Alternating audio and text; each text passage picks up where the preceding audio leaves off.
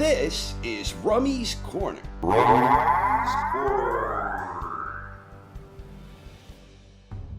Please allow me to begin by saying that none of what I'm about to say is meant as a criticism of any boxer who has ever held or competed for the old WBA championship, the so-called regular WBA belt, or the most prestigious of them all, the WBA Super Duper title. None of what I'm about to say is meant as a criticism of any boxer. Everything in this video is directed squarely at the WBA organization itself. And I think an examination of their heavyweight championship history acts as a perfect example of why the numerous alphabet belts have been ruining professional boxing for many decades. The WBA officially surfaced in its modern form in August 1962, an offshoot of the organization previously known as the NBA.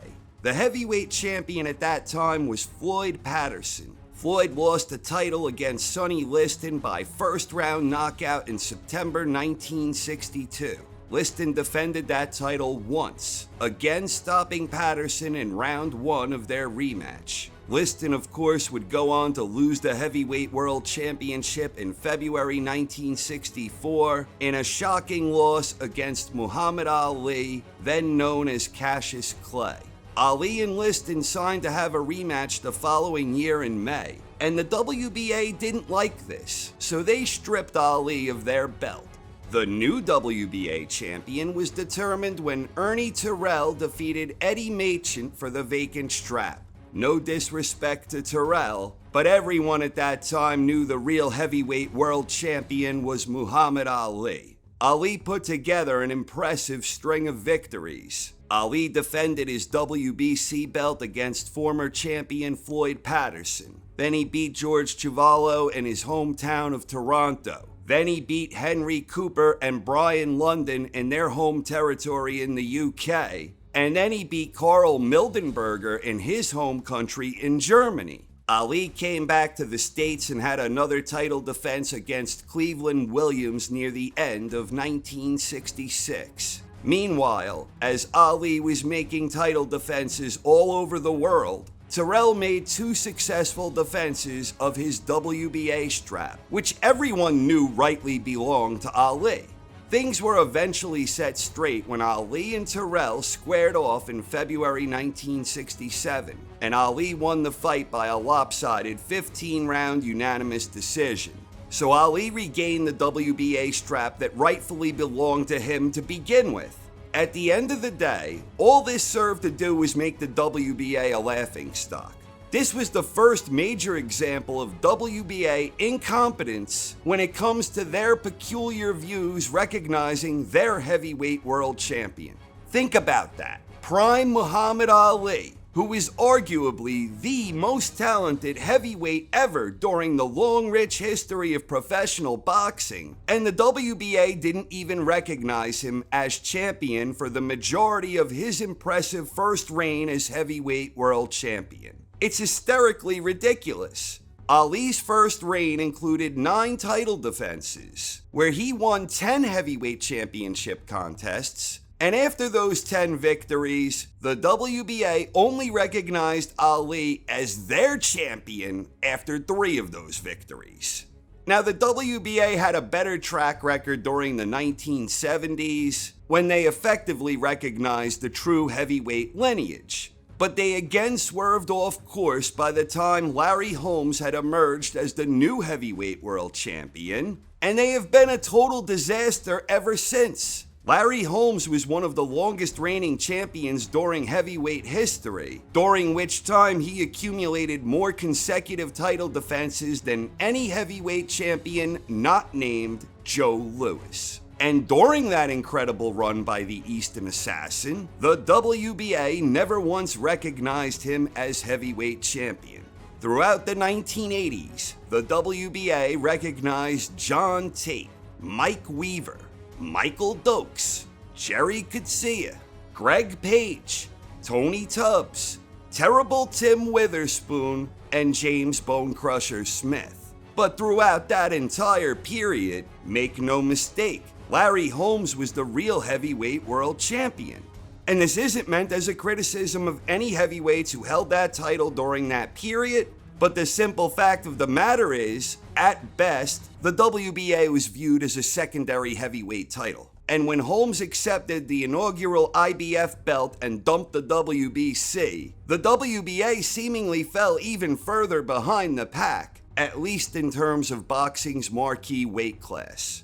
By the time Mike Tyson unified all three major belts of his day, the WBA was once again realigned with the lineage after Tyson defeated Michael Spinks in June 1988. So the WBA track record in properly recognizing the legit heavyweight champion was even shadier in the 1980s than it was in the 1960s. But the WBA finally got on track near the end of the 80s, and then it stayed on track up through and including when George Foreman defeated Michael Moore in November 1994. The WBA stripped Foreman in March 1995 for not facing their mandatory challenger, Tony Tucker. For approximately the next 16 years, the WBA was again way off the mark with their heavyweight alphabet belt. And even worse, early on in that stretch, they further watered down the boxing landscape. The WBA fancied themselves as a very special bunch,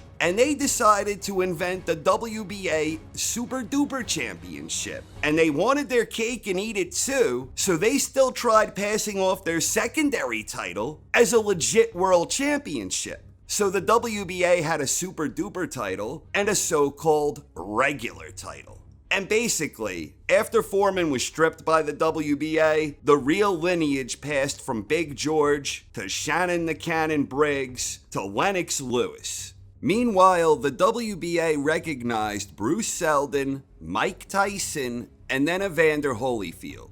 Lewis won the WBA in his rematch with Evander, where the WBA was again briefly aligned with the lineage. But the WBA stripped Lennox a few months later for not facing their number one mandatory challenger, John Ruiz.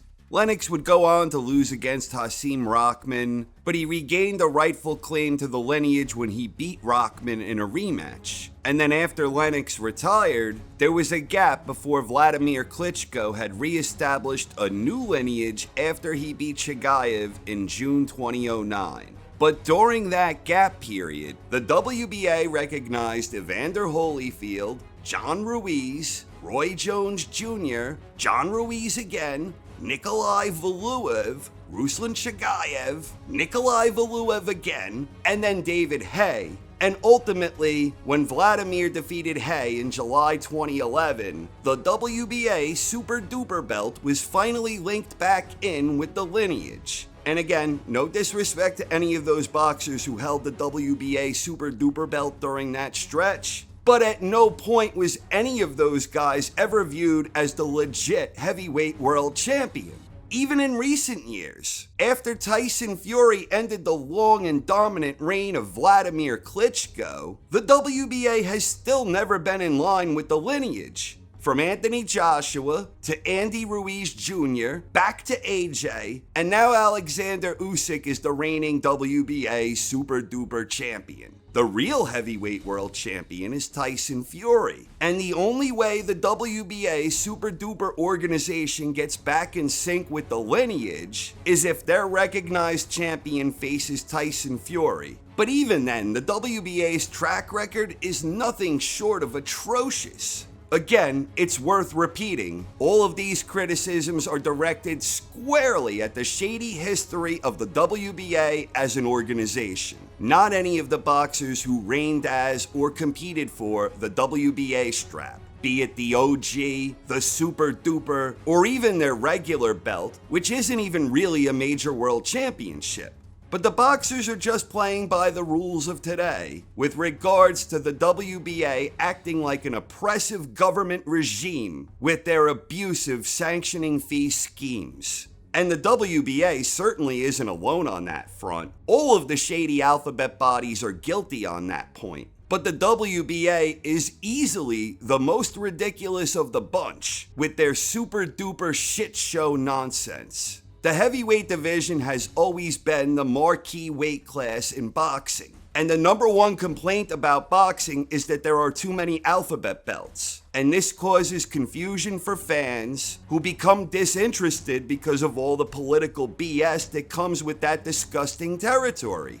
In conclusion, an examination of the history of the WBA Heavyweight Championship acts as a perfect example of why the numerous alphabet belts have been ruining professional boxing for many decades. The WBA sucks out loud. The WBC, IBF, and WBO, they all suck too. They all suck out loud. But the WBA sucks a little louder and harder than the rest. And the history of their heavyweight championship alone makes this abundantly clear. Thanks for watching, everyone. I hope you enjoyed and have a wonderful night. This is Rummy's Corner.